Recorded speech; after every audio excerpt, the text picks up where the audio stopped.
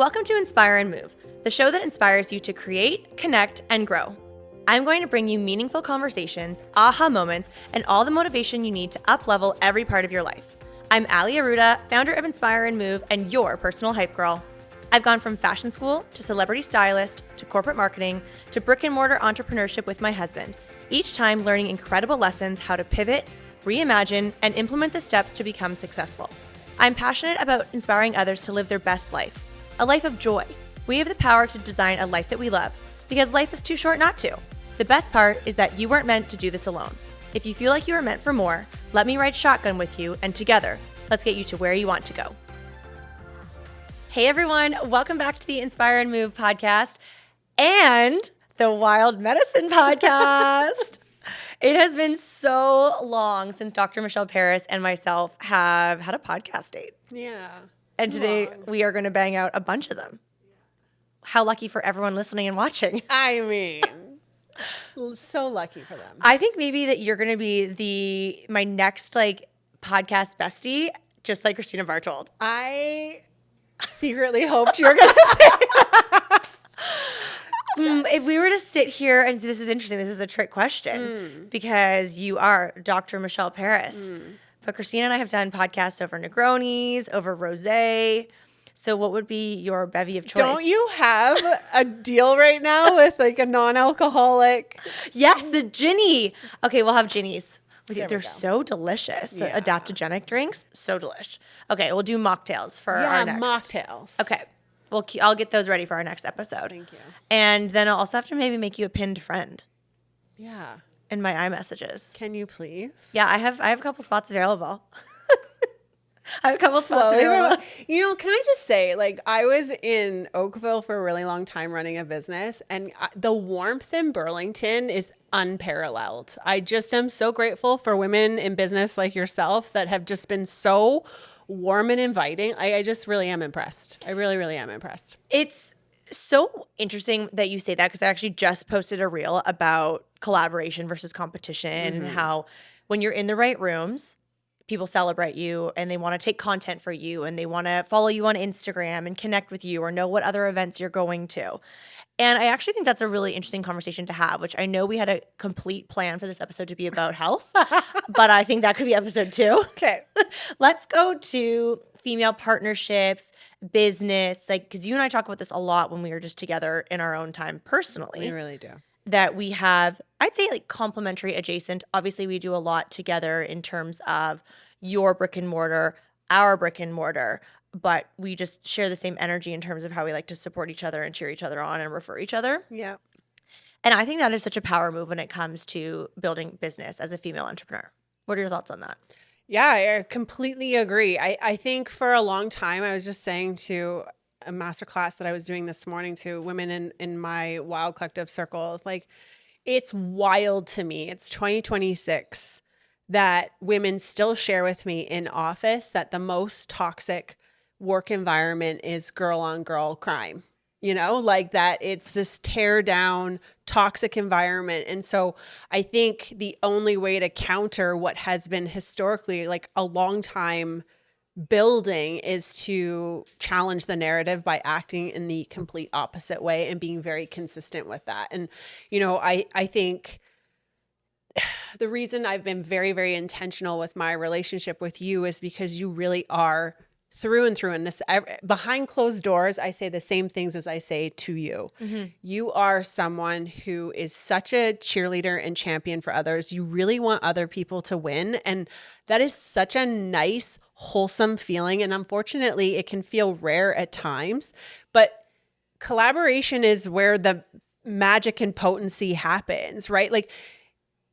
The potential of what can be possible when two minds meet and generate ideas together. It amplifies the impact. It has a major ripple effect and it's incredibly healing.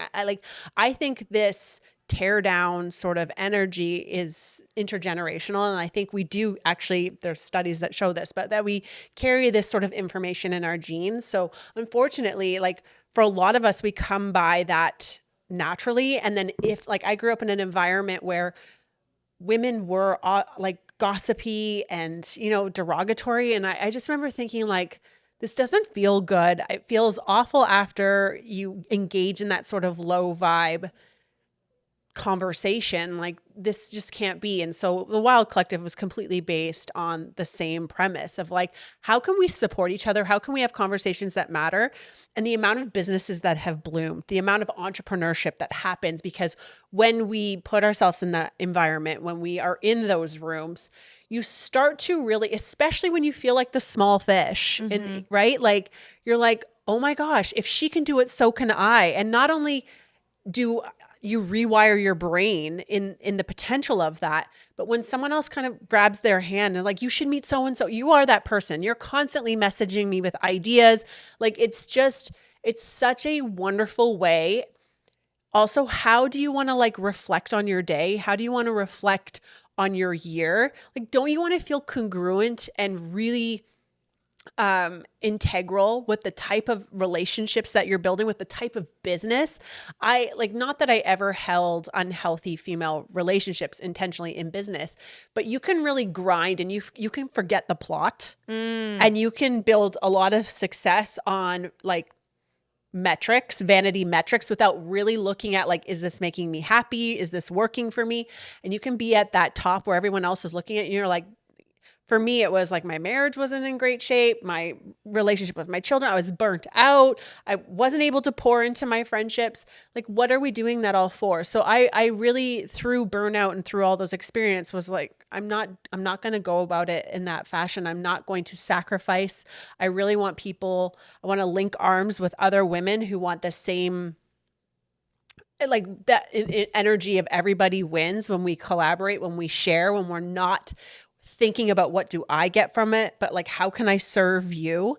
And that only makes me feel more satisfied, more content. I sleep better at night. I feel good when I wake up. Like that matters to me. That really, at 45, that matters to me more than a lot of the vanity metrics that, I'm not saying they're not important and you need to look at those things, but I really want, at the end of my career, whenever that is, I want to be really proud of the woman I was and how I served others on the way to whatever that expansion journey looks like. Well, I'm loving that I'm seeing more of this expansion with other women. And there's a bunch of incredible leaders and creators right now, like the Jen Gottliebs, Adley, Leanne Mosley Williams. That there's, oh my gosh, that's not even her name. It's Leanne Mosley Lopez. Wow. Thinking of somebody else at the same time, combining the names. Yeah.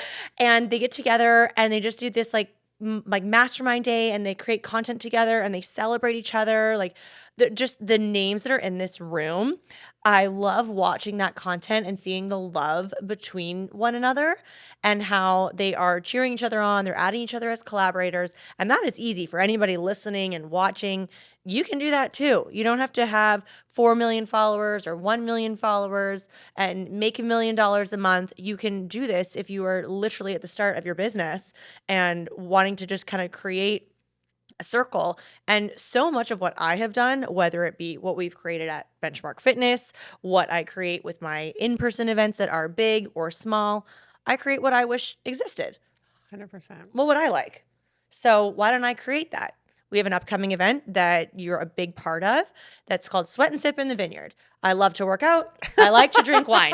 Let's put it all together. Done. Yes. 100%. Like, how do you build a model like that you would want to be a part of? That's And totally, it's not rocket science. No, it's totally how I built my business too. I love that though, but it is breaking a mold, and so many people can get caught up in the logistics of maybe running a gym and again, forgot the plot. Like for you, like I said this to my associate, Dr. Tara. I was like, no, they legit know every person's name in their gym. I've watched them. Yeah. I've watched them acknowledge, like, to everyone. You make everyone feel like they matter. And it's those little things that probably doesn't take a ton of effort, but so incredibly intentional, because you would want to be in an environment where you were recognized, that your name was known, that you mattered to someone. And I think that's a super beautiful thing to see. And unfortunately, it's like increasingly more rare to see like brands with integrity, right? Businesses with heart. And it's, it's super fun to be a part of that. Well, thank you. It's Yeah. also not difficult that if you again you have a business with heart, but you think back, and I know I was just telling you in voice notes back and forth together yesterday that I was listening to an older episode that Matt and I recorded together, the Benchmark Fitness story. And I had explained this specific example about how we know everyone's name. I remember years ago when I was living in Toronto, I was working at MTV Canada, and I would go to this specific Starbucks at like Yonge and Bloor. And I remember the day that they greeted me by my name, and I felt like I Mm. made it. I was like, oh my gosh, like I have dreamt about this as a daily coffee consumer. That I think at the time my drink was like $12. Isn't it so much simpler than we think? Yes. And God bless them for remembering my name. It was like a venti soy something, probably also like 600 calories. It was not a dragon drink or a mocha or anything like that. Just so everyone knows, as I'm sitting here with Dr. Michelle Paris, it was a coffee, like a latte. But it made me feel so good. And this is like 15 plus years ago. And it has made a mark on how I want to pour into people in the future. And at the time, I didn't even know I wanted to be an entrepreneur. Like owning a gym, owning a brick and mortar location, a business was not in my sight lines. I was happy to work for somebody else. But when the time came that I was an entrepreneur and I did have that brick and mortar business, also knowing that our number one core value is community, Yeah. that was a non-negotiable for me. I was like, that is going to be one of my greatest strengths in this business. It's wild to me that you just said you didn't think you'd be an entrepreneur. Yeah. Because not everybody's made for it, but you were made for it, man. You really would have cut yourself off. I know. And now I'm obsessed with it. Yeah. Now it's like I'll turn anything into a business, and I'll see things like I actually would love to buy that. And if I could vertically integrate that into this business, that would be great. And always thinking that way. And so maybe it was just I wasn't in an environment, kind of going back to the idea of rooms, I wasn't in an environment where I was exposed to that. Yeah. And growing up, I came from a wonderful family life, living at home with mom and dad. My dad was a pilot for Air Canada, so a big commercial pilot. He was very senior, loved his job. So I feel like I get my work ethic and my passion for what I do, whether it's entrepreneurship or being in corporate. I get my passion and drive from my dad and how he lived and breathed what he did. My mom had chosen to stay at home with me full time and raised me, and we had a wonderful relationship when I grew up and taking me to my activities and all of that. I just had a present mom that was so nice and gave me a really beautiful upbringing. So I didn't have entrepreneurial parents, but then I was exposed to it in terms of seeing, I think even when I worked in corporate for luxury automotive, seeing the CEO and the scale at which he would perform.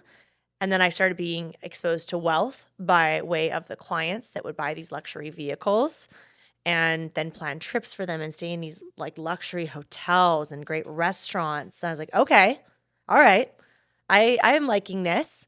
And then the opportunity to buy Benchmark kind of came our way based off of, again, lifestyle and being in that environment. So this wasn't like a lifelong dream. It just like, wow. I think when you are open to opportunities and magic. I wish we lived like that more. And I think if you choose to be open, and there's even probably you're my data queen, so you probably have a study to reference here, but going through life with like your shoulders back and down, there's like a proud chest and really good posture, I feel like that alone is a signal to the universe, source, God, whatever you believe in, that you are open and ready to receive things. Now, I would be open and ready and like very excited to receive like a $50 million winning lottery ticket, just in case the universe is listening right now. Super open to that. But I think just having people approach you, if it's they know who you are and they see you at a coffee shop and they'll be like, oh my gosh, that's Dr. Michelle Paris. I've actually been wanting to work with her. But if for whatever reason in that moment you are closed off with like your shoulders are slouched or maybe your head down in your phone, compared to having your chest open and shoulders back and a bright smile on your face, my gosh, you'd be ready to receive that prospective client. Yeah, I think everything comes down to energetics. So I don't have data for you, but I really believe that is true. She'll have follow-up data. Yeah. follow up. I'm going to ask Claude. No, Yeah. I would love you to prepare a presentation in a duotang. I really think there's just so much to being in that open receiving energy versus like white knuckling our way, right? Like I had to learn some hard lessons. I did grow up in an entrepreneurial home. Those conversations did occur. So I think I lent to it more naturally than a lot of my colleagues. I think a lot of naturopaths feel shocked to find out that they're actually mostly entrepreneurs and their own marketing agency and their own, like just so many things that people were not prepared to do when they came into the art and science of medicine, you know? Yeah. But I think when we can, to add to that, I have always been open to the information as it presents itself. Like how I even found naturopathic medicine is in such a similar fashion of like, just it comes into your awareness. It's like, will you take the opportunity? Will you take action? Right. And so much like my business model, my business model has always been dictated by what my community has asked for. So I started Wild Collective. I started a community because I saw a video, because just something went off. I'd run group detoxes before and loved the community aspect. It's totally a core value of our business as well. That you just try something, it clicked. And then at the end of 10 months together, they looked at me dead in the face and they're like, we're not separating. So you have the summer to figure this out. And I was like, I love a challenge. Like I love that kind of challenge. Like, let's go. And so that's what built the whole other side of our business, right? Was that you were willing to be in that receptive space of like, what do people want and need? And like, I truly believe that we are guided and that information will present itself. Our responsibility is to listen, to be in that sort of more surrendered receiving space, to hear it, and then to take action. How many years have you had the Poppy Clinic? I have been a naturopathic doctor. I feel 24. It's so crazy when I say this. I know my wrinkles don't show that, but like I've been a naturopath for 17 years. I've owned clinic. June. Oh my gosh. It's Is it June 1st? Is your anniversary? Yeah. I think it's 9 years. Isn't that bananas? I think it's 9 years. It is 9 years this month. Oh my gosh. They're so aligned. Yeah. So you've had brick and mortar, you've had Wild Collective for how many years? Same. So I opened the Poppy Clinic in January 2017. And then by September 2017 was my first launch of Wild Collective, and we sold out in our first launch. And we had people cold calling our clinic. Like I just remember, this is, I think, something really important that we both probably can speak to as founders. And like, you're so lit up by what you do. And then all of a sudden, all these responsibilities come, and like, Wild Collective scaled globally. We were in 90 clinics worldwide. It was just such a really exciting time, but there was also immense pressure and responsibility. And I had to answer to a lot of doctors, and a lot of the logistical side killed the creative spirit, which made it really difficult to stay in the zone of like flow and creativity. And that was a passion project, helping women reclaim their wild and have conversations that matter and really give them the breadth of time for accountability and support to actually transform their health was like something I just felt in my heart. Like I just felt so dissatisfied with how clinics were being run. It was the only model we were ever offered in school, right? Rinse and repeat,